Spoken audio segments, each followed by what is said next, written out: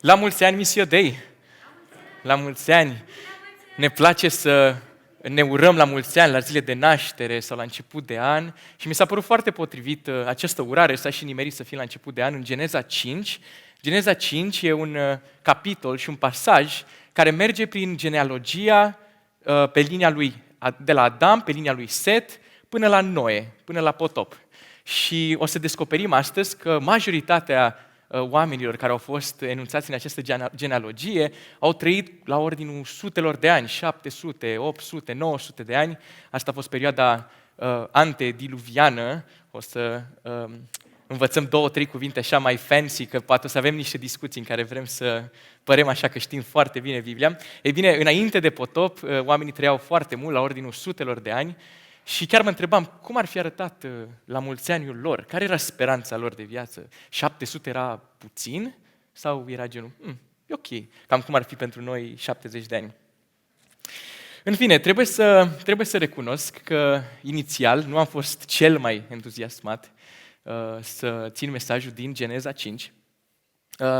Și e cumva genul ăla de pasaj. Pentru cei care sunteți familiarizați cu Vechiul Testament, mai ales cu Vechiul Testament, e genul ăla de capitol, de pasaj, care poate părea foarte plictisitor, sincer. Când ajungi la o înșiruire de legi, când ajungi la o genealogie și doar citești așa nume, poate părea plictisitor și recunosc că asta este și reacția mea inițială și nu eram atât entuziasmat, mai ales că Sorin, data trecută, super acțiune, crimă după biserică, data viitoare, potopul, s-au făcut filme după potop, foarte multă acțiune. Ei bine, astăzi, Geneza 5 este un capitol doar cu o genealogie. Ok, n-am fost entuziasmat, dar trebuie să vă recunosc că pe măsură ce am studiat textul, am devenit mai entuziasmat. Și mi-am dat seama că Dumnezeu nu a introdus genul ăsta de pasaje doar ca să facă cartea asta să fie mai groasă, să pară că, dacă e mai groasă, e mai serioasă. Nu.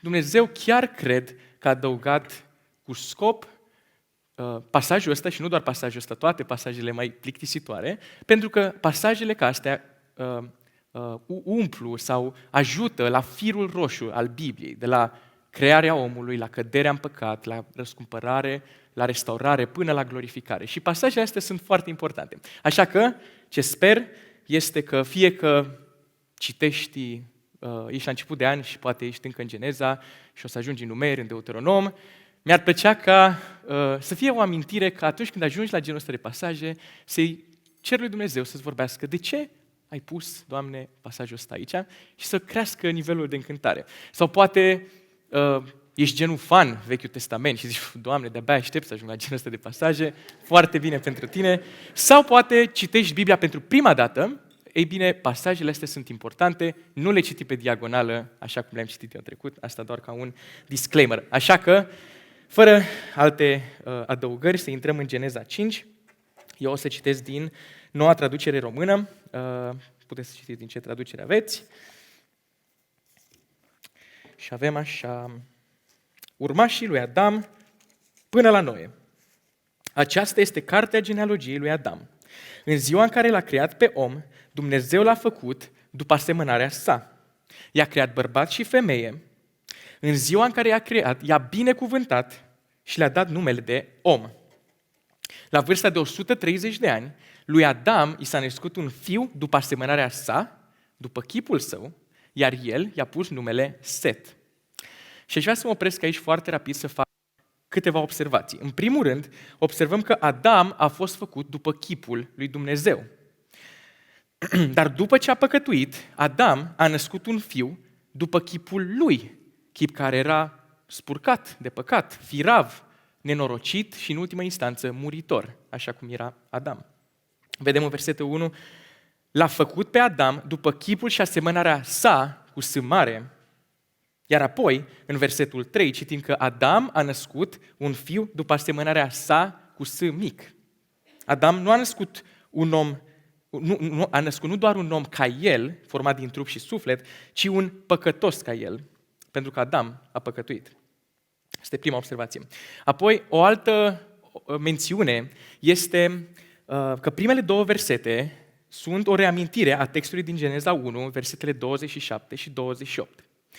în care Dumnezeu a creat pe om după chipul și asemănarea sa, bărbat și femeie, și i-a binecuvântat. Vedem aici că scrie că i-a binecuvântat, zicându-le, și poate ne întrebăm, ok, care a fost, poate nu mă mai ține minte exact care a fost acea binecuvântare. Ei bine, binecuvântarea a fost: fiți roditori, înmulțiți-vă și umpleți pământul. Și reamintirea asta acum, la începutul Genezei 5, capitolului ăsteia, e cu atât mai importantă încât Adam fusese afectat de păcat la punctul ăsta și poate ne putem întreba dacă mai este valabilă binecuvântarea asta a lui Dumnezeu de a fi roditori, de a ne mulți, de a umple pământul, de a face copii. Și faptul că vedem în pasaj, și o să vedem în pasaj, genealogia lui Adam, om după om, care a creat viață după viață, putem să înțelegem o imagine a lui Dumnezeu care nu și-a ridicat binecuvântarea de la om, deși acesta a păcătuit. Mergem mai departe în text. Versetul 4. După nașterea lui Set, Adam a mai trăit 800 de ani și s-au mai născut și alți copii, fii și fiice. Astfel, Adam a trăit împreună 930 de ani, apoi a murit. Cursul vieții lui Adam a fost încheiat. După același tipar sunt și viețile celorlalți descendenți pe care îi vom vedea în acest capitol. Detaliile menționate pentru fiecare urmaș pe care vom vedea sunt anii pe care i-au trăit înainte de nașterea unui anumit fiu, apoi numărul de ani pe care i-au trăit ulterior, timpul în care s-au născut fii și fiice, pentru ca mai apoi să moară. Urmează astfel o înșiruire a descendenților lui Adam pe linia lui Set, copil care a fost născut în locul lui Abel, și veți putea observa în continuare, la finalul versetelor, pentru fiecare om, și a murit la finalul fiecărui vieți, cu excepția lui Enoch. Și a murit este o demonstrație permanentă a efectului neascultării, a păcatului, care este moartea. Versetul 6. La vârsta de 105 ani lui Set i s-a născut Enoș. După nașterea lui Enoș, Set a mai trăit 807 ani și s-au mai născut și alți copii, fii și fiice. Astfel, Set a trăit în total 920 de ani, apoi a murit. La vârsta de 90 de ani lui Enoș i s-a născut Kenan. După nașterea lui Kenan, Enoș a mai trăit 850 de ani și s-au mai născut și alți copii, fii și fiice. Astfel, Enoș a trăit în total 905 ani, apoi a murit. La vârsta de 70 de ani lui Kenan i s-a născut Mahalael. După nașterea lui Mahalael, Kenan a mai trăit 840 de ani, i s-au mai născut și alți copii, fii și fiice. Astfel, Kenan a trăit în total 910 ani, apoi a murit. Și tot așa, la vârsta de 65 de ani lui Mahalael i s-a născut Iared. După nașterea lui Iared, Mahalael a trăit 830 de ani și s-au născut și alți copii, fii și fiice. Astfel, Mahalael a trăit în total 895 de ani, apoi a murit. La vârsta de 162 de ani lui Iared i s-a născut Enoch.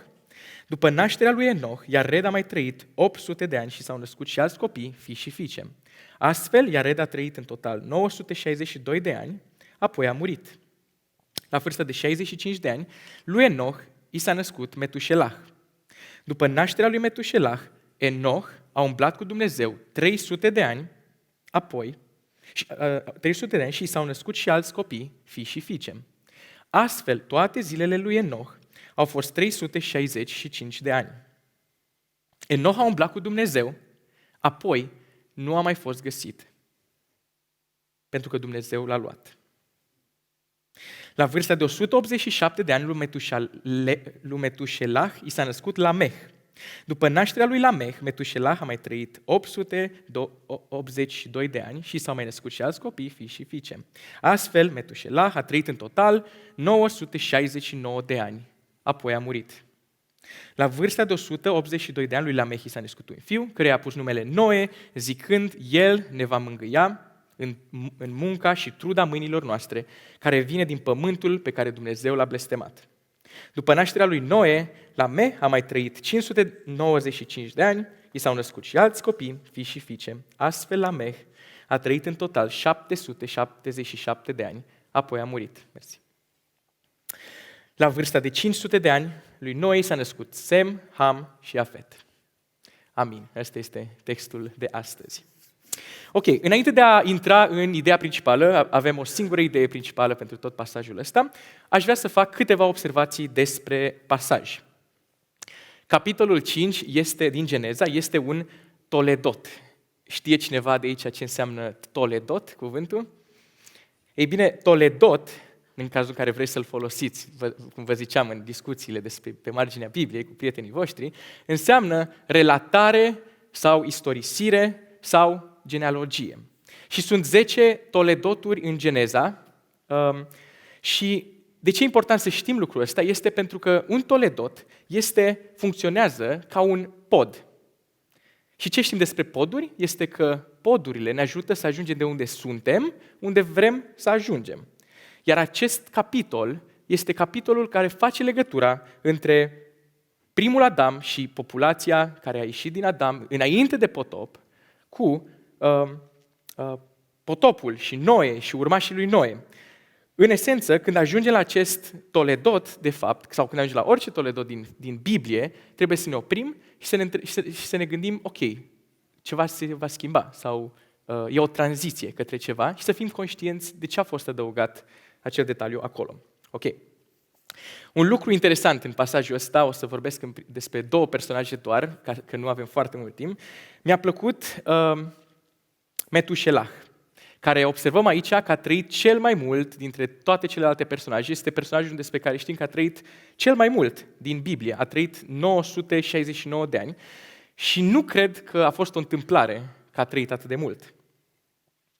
Metușelah este fiul lui Enoch, care știm din Iuda, dacă citim în Iuda, versetul 14, știm că Enoch a fost un profet care a vestit judecata lui Dumnezeu.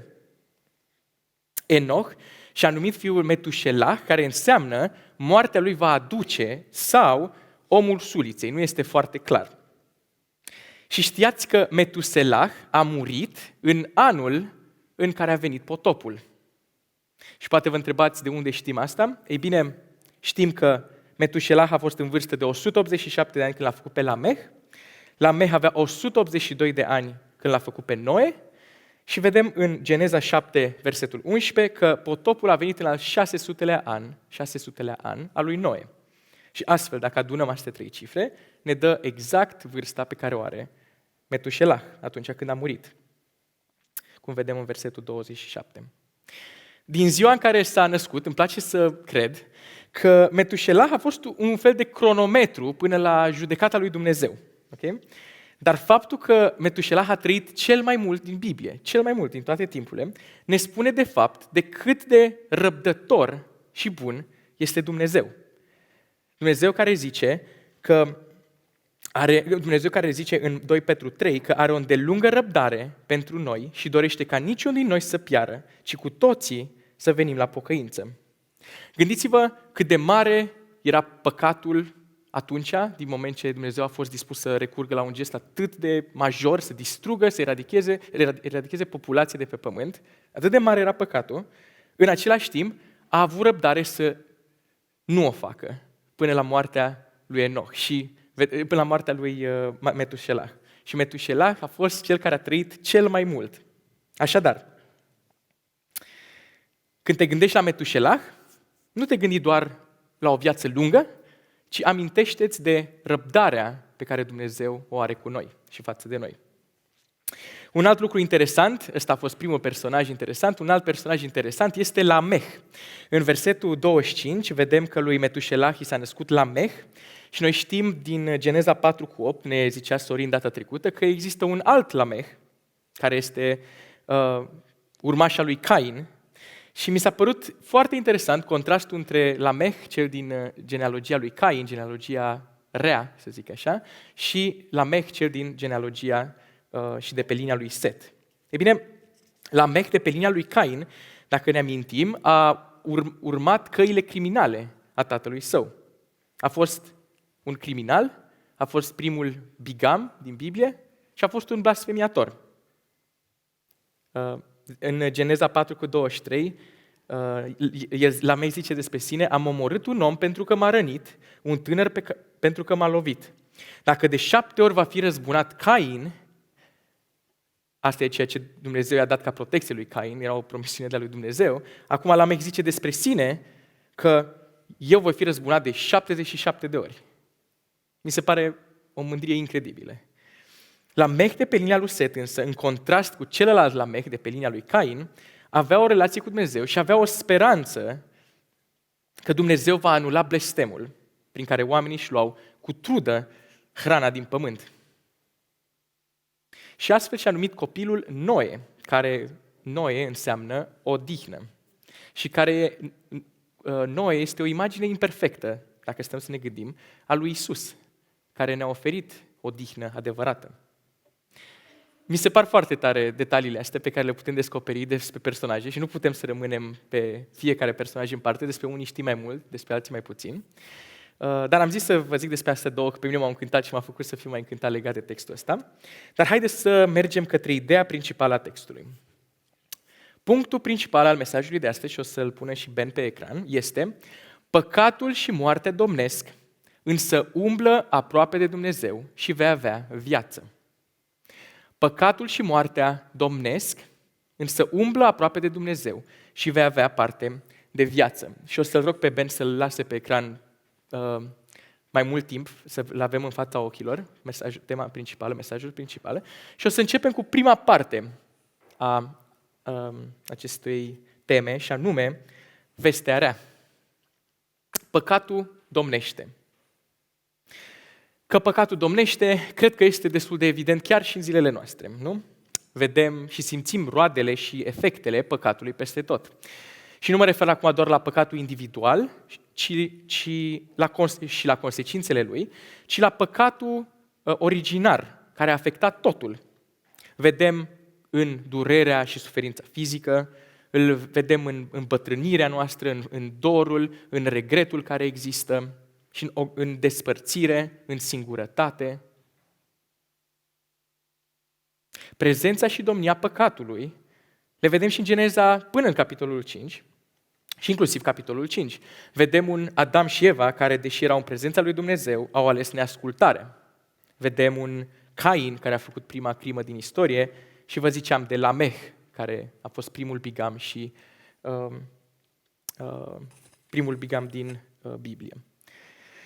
Păcatul domnește și vedem asta chiar de la începutul capitolului, când ni se reamintește în versetul 1 că suntem făcuți, că deși suntem făcuți după chipul și asemănarea lui Dumnezeu, prin păcatul lui Adam, toți fiii lui Adam, și implicit noi, ca fii al lui Adam, suntem făcuți după chipul și asemănarea tatălui nostru. Adam a fost creat în imaginea lui Dumnezeu, dar Set a fost creat în imaginea lui Adam. Ni se arată aici că prin păcatul lui Adam suntem și noi, ca fii ai acestuia, moștenitori ai pedepsei. Pentru că fiecare generație, de fapt, a fost făcută după chipul și asemănarea părinților noștri, care începând cu Adam au fost păcătoși. Păcatul domnește și vedem asta prin cea mai evidentă consecință a lui: moartea. Vedem acest refren care se repetă și se repetă și se repetă. Și a murit. Moartea este inevitabilă. Vedem că oamenii se nasc, fac fii și fiice, apoi mor.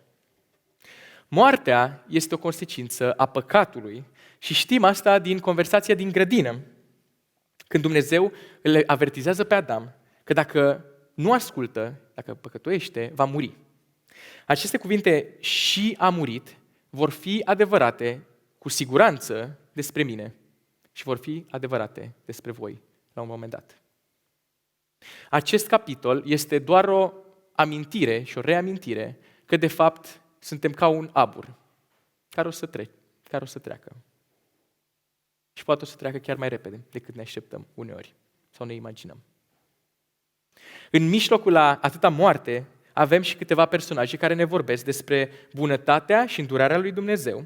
Și am vorbit deja de Metușelah, am vorbit despre Lamech, cel bun, dar aș vrea să ne oprim și să ne uităm la unul singur, pe care probabil l-ați observat deja. Aș vrea să ne oprim și să ne uităm la Enoch. Enoch este al 7-lea din generație. Și textul ne spune că Enoch a umblat cu Dumnezeu. Vara trecută am mers cu Diana în Maramureș și am vizitat, probabil că știți, cimitirul Vesel din Săpânța. Și pentru cei care ați mai fost acolo, bănuiesc că sunteți familiarizați, acolo oamenii, înainte de a muri, sau familia acestora după ce mor, stabilesc niște mesaje pe care să poată să le pună pe pietrele funerare. Și acum unii aleg să pună acolo mesaje amuzante, alții pun mesaje mai serioase.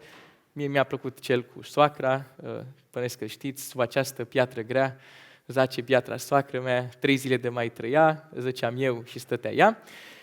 Nu este adevărat despre mine, eu îmi iubesc foarte mult soacra și nu îmi doresc asta, dar pe lângă mesajele amuzante am văzut și mesaje serioase acolo. Erau mesaje serioase și știu că eram în cimitir și încercam să mă gândesc dacă eu aș avea ocazia să fiu mormântat acolo, nu știu cum aș putea, dar dacă aș avea ocazia, ce aș vrea să fie trecută pe piatra mea funerară? Chiar m-am gândit atunci și nu-mi dădeam seama exact ce aș trece. Dacă ar trebui să sintetizez viața mea la o singură frază pe care să o pun pe piatra funerară, care este fraza pe care aș pune acolo? Dacă ar fi să sintetizezi viața ta din momentul ăsta și să o pui pe un mesaj, pe piatra funerară, care ar fi mesajul ăsta? Gândește-te puțin.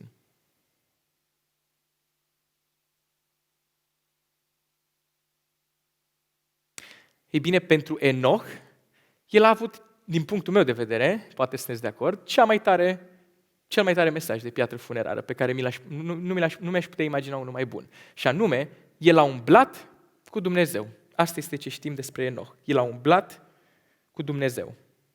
Dar ce înseamnă să umblăm cu Dumnezeu? Despre Enoch știm din Evrei, din capitolul 11, că s-a zis, prin credință a fost mutat Enoch de pe pământ ca să nu vadă moartea și nu a mai fost găsit, pentru că Dumnezeu îl mutase. Căci înainte de mutarea lui, primise mărturia că îi este plăcut lui Dumnezeu. Putem spune că cea mai simplă definiție a umblării cu Dumnezeu este să căutăm să trăim o viață care să fie pe placul lui Dumnezeu. Și invitația este să trăim o viață ca Enoch, o viață de credință, o viață în care pășim prin credință la pas cu Dumnezeu. În Ioan 1:2, în 1 Ioan 2, citim, cel ce zice că rămâne în el, în Dumnezeu, este dator să umble și el așa cum a umblat Iisus. Noi avem un exemplu clar despre ce înseamnă să umblăm cu Dumnezeu, despre cum arată o astfel de viață. Și Biblia ne invită să privim la Iisus, să devenim imitatori ai Lui, să devenim practic mici Iisuși, mici Hristoși, ceea ce și înseamnă de fapt cuvântul creștin. Când mă gândesc acum la ideea asta, ilustrația asta de a merge la pas cu o altă persoană, sunt câteva elemente care mie personal îmi ies foarte ușor în evidență și am observat că Biblia folosește mai multe noțiuni și imagini pe care noi să le înțelegem foarte ușor, să nu trebuiască să ne gândim foarte mult să înțelegem ce a vrut să zic acolo. Și anume, spre exemplu, ne zicea data trecută Sorin de Ioan 15, vița și mlădițele, ce înseamnă să nu avem viață atunci când nu suntem în vie. Dacă suntem tăiați, este în mod evident că nu avem viață. Sau Iisus este păstorul, noi suntem oițele. Nu cred că trebuie să avem prea multe informații să ne dăm seama ce înseamnă să fii o oiță și să ai un păstor. Ce semnifică asta? Iisus este pâine pentru sufletul frământ. Noțiuni foarte clare și evidente și legate imaginea asta de umblare, că am ajuns la Enoch și vedem că s-a zis despre el, că el a umblat cu Dumnezeu. Ei bine, am descoperit că există mai multe și chiar foarte multe locuri în Biblie în care umblarea noastră cu Dumnezeu sau relația noastră cu Dumnezeu este prezentată ca o umblare, nu este prezentat ca ceva static, nu este prezentat ca stau cu Dumnezeu în relația mea cu El, este o umblare și am câteva exemple aici de versete. Acum, umblarea poate să arate în diverse feluri. În Evrei vedem că umblarea asta e un maraton, e un sprint, deci poate nu e neapărat... și la maraton poți să mergi, dar cu siguranță nu este stat pe loc. Și mai vedem câteva exemple. Dacă sunteți interesați, vă pot trimite o listă întreagă pe care am descoperit-o. În Geneza 6:9, ni se zice că Noe era drept și integru pentru că a umblat cu Dumnezeu. Ni se zice că și că el a umblat cu Dumnezeu, nu pentru. Ni se zice că cel ce rămâne în el este dator să umble și el așa cum a umblat Iisus, în 1 Ioan 2:6. În Mica 6:8, el ți-a arătat, omule, ce este bine și ce altceva cere Domnul de la tine decât să faci dreptate, să iubești îndurarea, să fii smerit în umblarea cu Dumnezeul tău. Și apropo de imaginea asta de umblare, încercând să o duc așa la mintea mea, la ce înseamnă plimbare pentru mine, mi-am amintit de momente când ieșeam, spre exemplu, cu Diu la plimbare, cu soția mea, și mi-am dat seama că uneori, nu mereu, am tendința să o iau înainte, mai ales când nu suntem doar noi doi. Când suntem doar noi doi, e un pic mai greu să o iau înainte, dar când suntem mai mulți, am tendința să o iau înainte. Și bine, acum putem zice că eu am picioarele mai lungi și așa, dar în realitate, cumva, vă zic sincer, nu am răbdare să merg în ritmul ei. Asta e realitate. Nu am răbdare. Mi se pare că merge prea încet. Și, nu că e o problemă asta. Ok, și mă gândeam în relația cu Dumnezeu. Dacă nu există momente când încercăm, cumva, noi grăbim pasul și încercăm cumva să-L tragem și pe Dumnezeu după noi. Cumva, Doamne, nu vrei să vii și Tu mai repede, că eu vreau să ajung acolo. Vreau să câștig mai mulți bani, vreau să primesc poate promovarea aia pe care o așteptam și așa mai departe. Și pentru mine, ca să vă mărturisesc, a fost o zbatere destul de mult timp faptul că nu putem avea copii. Și reacția în toată situația asta a fost tendința să o iau înainte, să nu mă încred în timingul și în timpul lui Dumnezeu pentru familia noastră, să fiu dispus să fac orice. Și realitatea e că uneori suntem dispuși să facem aproape orice ca să obținem lucrurile pe care le dorim să le primim și unde simțim că poate Dumnezeu, poate nu vrea să ni le dea, poate nu o să vrea niciodată să ni le dea, sau poate Dumnezeu doar întârzie să ni le dea. Și am văzut asta în viața mea. Am făcut cercetări pentru FIV, eram dispus să plătim oricât, eram dispus să facem orice ca să avem copil, pentru că realitatea este că nu întotdeauna am avut încredere în timingul lui Dumnezeu sau încredere în Dumnezeu, că poate El nu o să vrea să ne dea niciodată. Ok, uneori poate grăbim pasul în umblarea cu Dumnezeu, poate grăbim pasul pentru că vrem să fim noi stăpânii vieților noastre. Vrem să fim noi cei care decidem în ce direcție să o luăm, pe ce cărare să o luăm. Așa că, în timp, o primă invitație pe care aș vrea să o facem, uitându-ne la Enoch și uitându-ne la Geneza 5, o chestie practică pe care vreau să o facem este să nu o luăm înaintea lui Dumnezeu. Să ne încredem în ritmul lui, în timingul lui și să nu încercăm să ne alegem noi direcția, ci să încercăm să umblăm aproape de El, pentru că El ne vrea binele și El știe mai bine de ce întârzie uneori sau știe mai bine pe ce cărare să o luăm. Asta este ilustrația cu mersul în față, dar se poate întâmpla într-o plimbare să rămâi și în urmă, nu-i așa? Poate putem să rămânem uneori și în urmă în relațiile noastre cu Dumnezeu. Și m-am întrebat la nivel practic, ce ar însemna asta? Și mi-au venit două lucruri în minte. Unul din motive ar putea fi frica. Frica să pășesc în locurile în care Dumnezeu mă invită să pășesc. De exemplu, Dumnezeu uneori mă invită să am o conversație care n-aș vrea să o am. Aș prefera, dacă se poate, să nu o am niciodată. Poate Dumnezeu mă invită să renunț la ceva. Și mie îmi place lucrul ăla. Și îmi place foarte mult lucrul ăla chiar. Și uneori știu că și dacă îl invit pe Dumnezeu în domeniul ăla, s-ar putea să mi-l ia. Și atunci nu vin spre El. Frica. Frica poate să slujesc într-un domeniu sau într-un loc în care cumva simt că poate n-aș face cea mai bună treabă sau poate că nu vreau să fiu acolo alături de oamenii ăia sau făcând lucrul ăla specific. Mi se întâmplă, personal mi se întâmplă destul de des să am frici în relația cu Dumnezeu. Iar antidotul este dragostea. Biblia ne spune că în dragoste nu există frică, ci dragostea desăvârșită alungă frica. Și realitatea este că cu cât conștientizez că sunt mai iubit de Dumnezeu, cu atât realizez că Dumnezeu îmi vrea binele. Și nu e genul de Dumnezeu care doar o să mă roage să slujesc într-un loc greu, doar ca să mă chinuie, Sau să am discuția aia pe care nu vreau să o am, doar ca să vadă cum mă descurc, spre exemplu.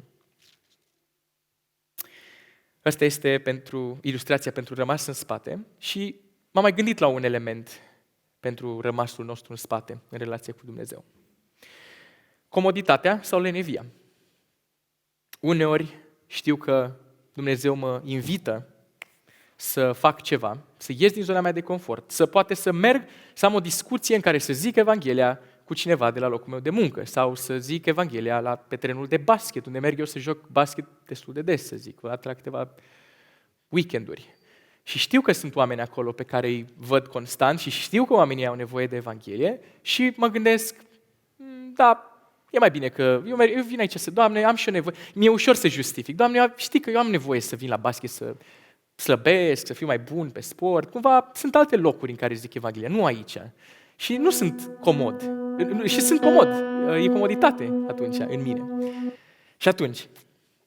Și atunci când sunt în fața lui Dumnezeu, în umblarea cu El, și atunci când sunt în urma lui Dumnezeu, pierd ceva. Pierd comuniunea cu Dumnezeu. Pierd comunicarea, pierd discuțiile bune pe care pot să le am cu El. Dacă sunt prea în față și merg pe drumul meu, sau dacă rămân prea în spate, pot chiar să mă pierd. Și să mă pierd și să nu am parte în momentele alea de prezența lui Dumnezeu și de călăuzirea Lui.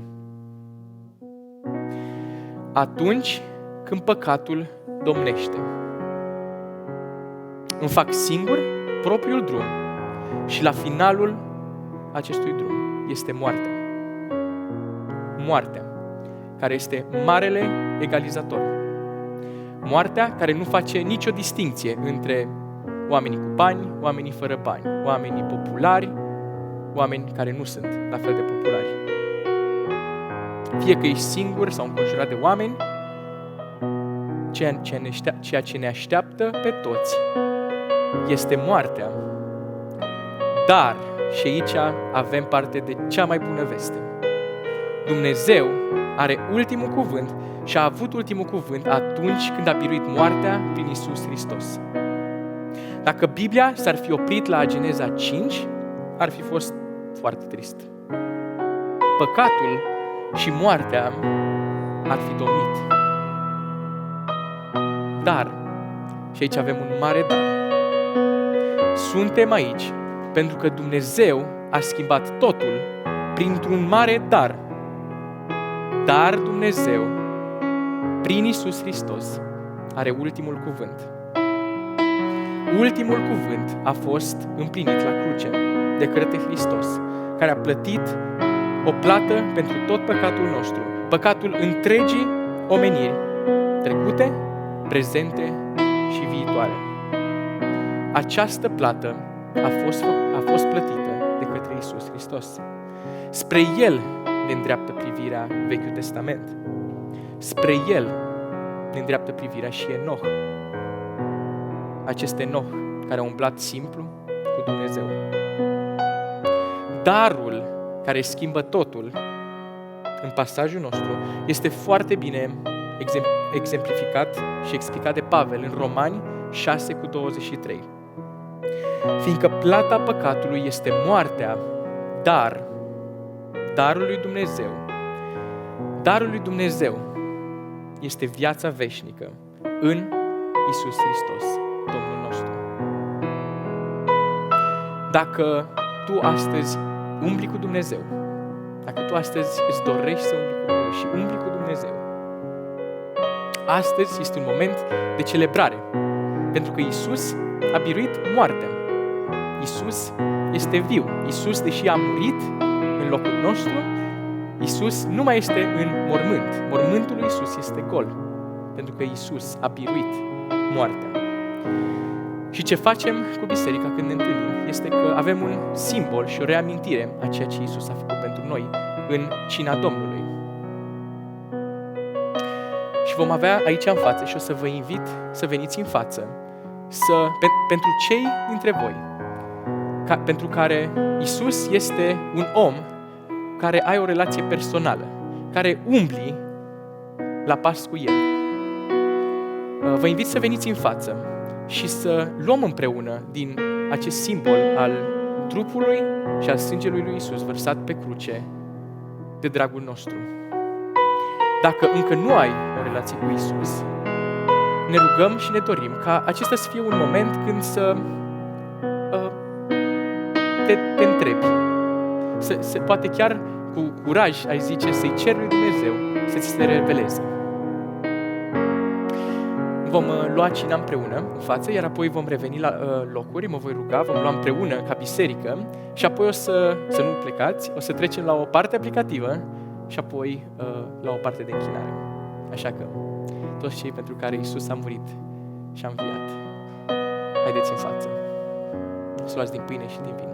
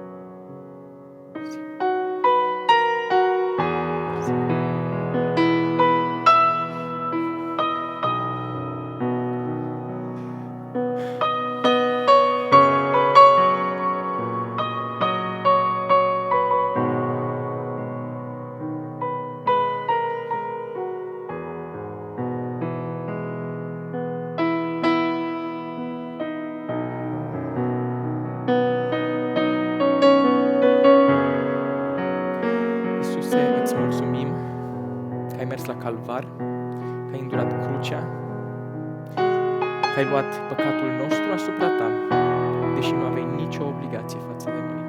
Îți mulțumim că din dragoste față de noi ai ales să faci asta. Doamne, îți mulțumim că ai murit de dragul nostru. Și Doamne, îți mulțumim că ai înviat și îți mulțumim că puterea învierii tale, Doamne, este cea care ne promite că și noi vom învia alături de tine. Că deși moartea este un adevăr pentru fiecare dintre noi și o realitate pentru fiecare dintre noi, îți mulțumim că atunci când ne punem încrederea în tine, vom putea experimenta viață veșnică alături de tine. Pentru că Tu, Iisus, ai făcut asta posibil la cruce.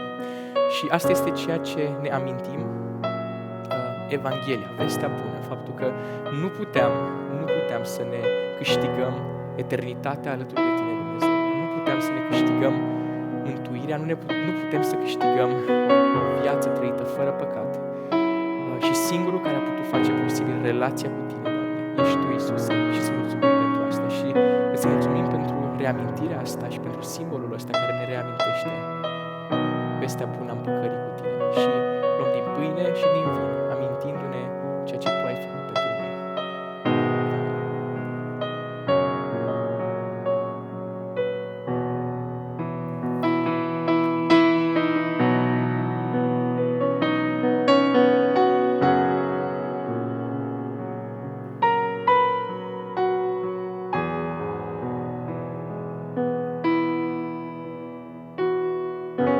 Păcatul și moartea domnesc, însă umblă aproape de Dumnezeu și vei avea parte de viață.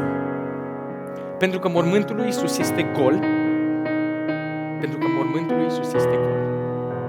putem avea speranța că dacă umblăm cu Iisus și mormântul nostru va fi gol. Și nu în sensul că nu vom mai muri, ci în sensul că vom învia și vom avea parte de o eternitate alături de Dumnezeu. Și știind vestea asta bună, a ceea ce Iisus a făcut pentru noi, vrem să ne schimbăm. Vestea bună ne schimbă. Vestea bună ne face să nu rămânem acolo unde suntem, ci să umblăm mai aproape de Dumnezeu.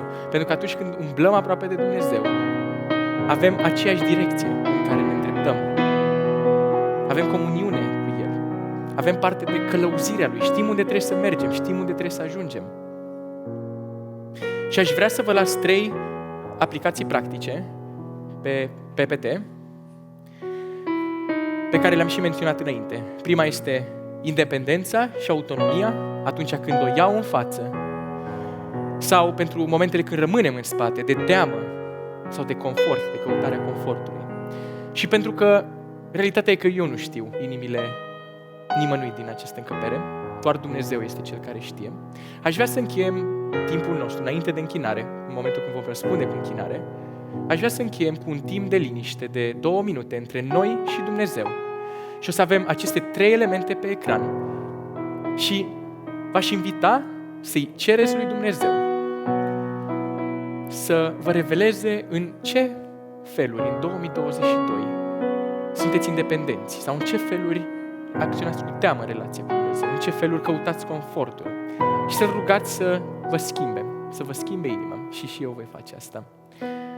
Iar apoi vom răspunde cu toții în închinare pentru ceea ce El a făcut deja pentru noi.